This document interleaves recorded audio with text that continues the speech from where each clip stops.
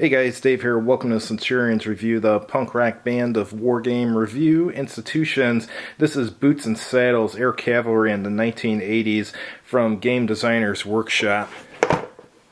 They've traded their horses for helicopters and armored vehicles, but cavalry still has the same missions: reconnaissance, screening, and mobile striking power. Searching for a new role on the modern battlefield, cavalry is taken to the air, adding a third dimension to warfare in the 1980s. Air mobile assaults bypass the front lines to attack the enemy rear. Attack helicopters exemplified by the AH-64, carrying 16 laser-guided Hellfire missiles, replace tanks as the most powerful battlefield weapon.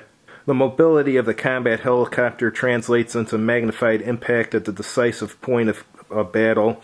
Boots and Saddles uses the assault system as a base, adds complete rules for combat helicopters and the air defense weapons intended to fight them. Helicopters are rated for armor, infrared signature, which is used when attacked by heat-seeking missiles, movement, and maneuverability. Rules cover terrain following and nap of the earth modes, pop-ups, landings, and takeoff, laser-guided missiles, and more. Says complexity rating is advanced, and playing time is 2 to 6 hours, number of players 2, and 5 minutes a turn, and 250 meters per hex, and it's a platoon scale game.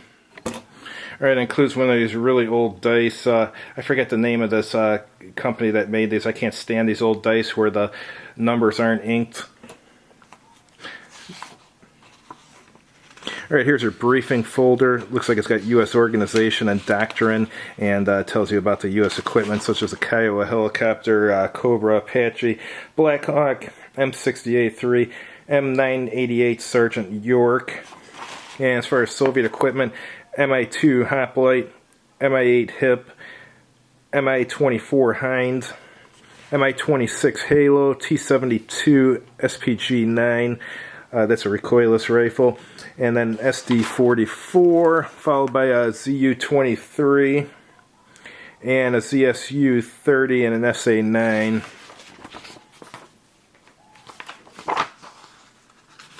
And here's a rule book. It goes over the basic components. Now it's going over sequence of play. Starts with the Soviet player turn, which starts with Soviet artillery phase. First Soviet movement phase, fire phase, second Soviet movement phase, and then the U.S. player turn. Artillery phase fired by first U.S. movement phase, fire phase, and second U.S. movement phase. Now it's going over unit organizations, command and control, headquarters units, tactical operations centers, and now it's going over formations and stuff, and in the movement step. Looks like slopes matter in this, and you got facing. Alright, transport rules, stacking rules, spotting rules,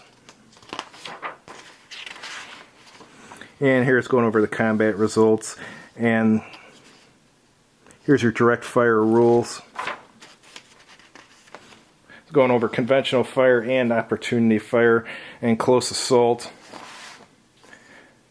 And it's also going over morale, entrenchments, artillery and indirect fire, smoke. I used to play Flames of War. We used smoke quite a bit in that game. Cannon launch guided projectiles. This is an optional rule. So that would be like, what was that called? A Copperhead, I think, was the name of one of those. Alright, here's your expanded sequence of play on the back. Your Soviet organization chart.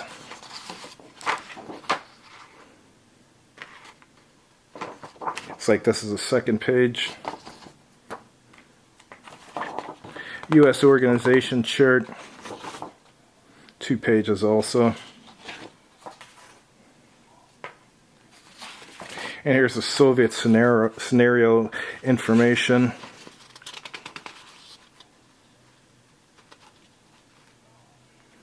Looks like there's 3 scenarios.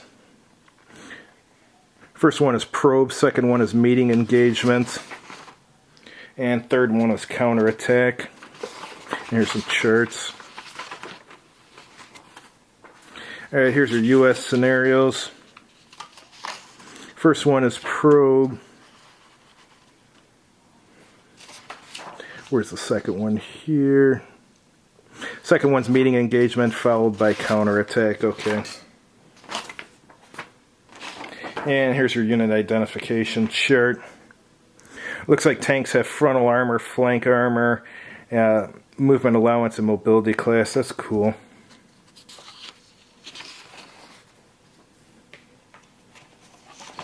Alright, here's your spotting tables. This looks like some kind of terrain key on the back. And different terrain levels. Here's movement related actions table and command rating table, wind velocity table, opportunity fire table, thermal sight units, and terrain effects chart.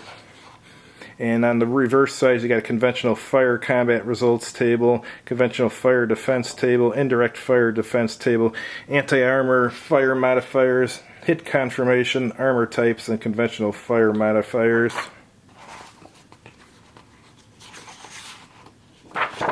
Here we have a command and morale record. And here's your helicopter command and morale record.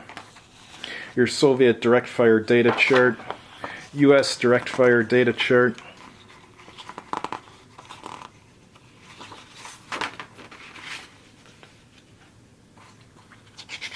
And here's your scenario rules.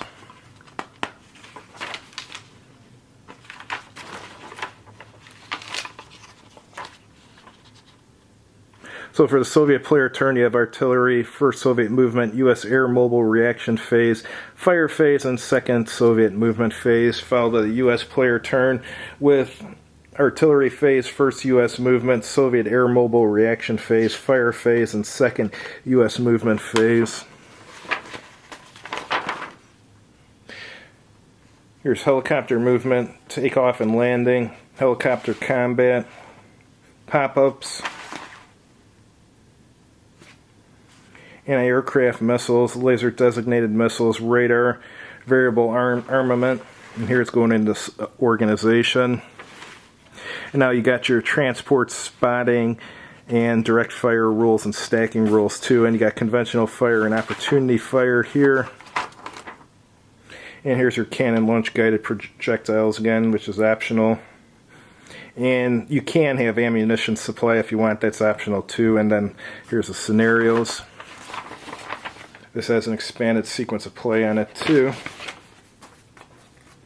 Let's take a look at the counters now. Counters are big, I'll give them that. They look okay for a game from 1984. Not very colorful, but okay. Let's see what else we have here. Fire mission record, ammunition record. These are just some blank pages. Here's the Soviet counters.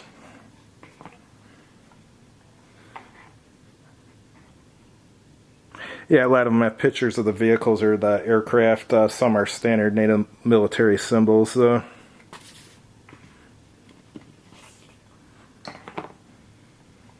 Here's a bunch of informational markers.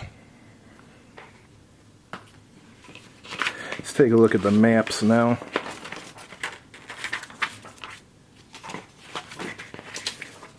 Oh, and include some errata. Not surprised. I mean, this is a pretty big game, so.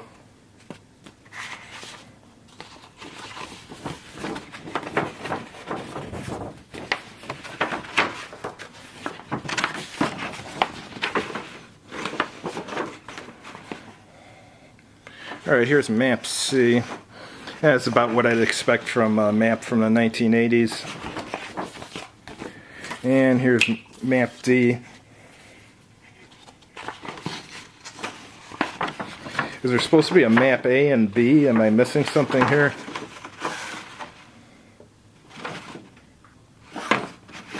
I'll check the rule book and see how many maps it's supposed to have. Yep, according to the rules, it's just supposed to be two maps. So I wonder why one's C and one's D. You would think if it was just two maps, it would be A and B. But anyhow, all the maps are there, so all is well in the world. Thanks for watching, guys. If you've tried this, definitely chime in and let us know how it is. I bought this a few months ago. I had actually never heard of the game beforehand, so if you know anything about it, definitely let us know. Have a good evening.